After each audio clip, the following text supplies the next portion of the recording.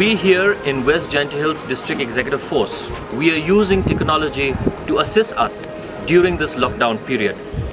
Ever since this lockdown period started, we've had difficulty, in fact, in enforcing these social distancing norms because we've had to run up and down this entire Jowai town.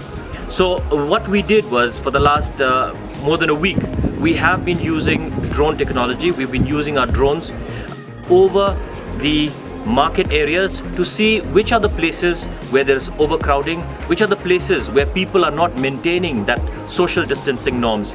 And through these drones, we are able to send our patrolling parties to those areas which require enforcement. So our patrolling parties are able to react quickly and to go to these areas as and when required.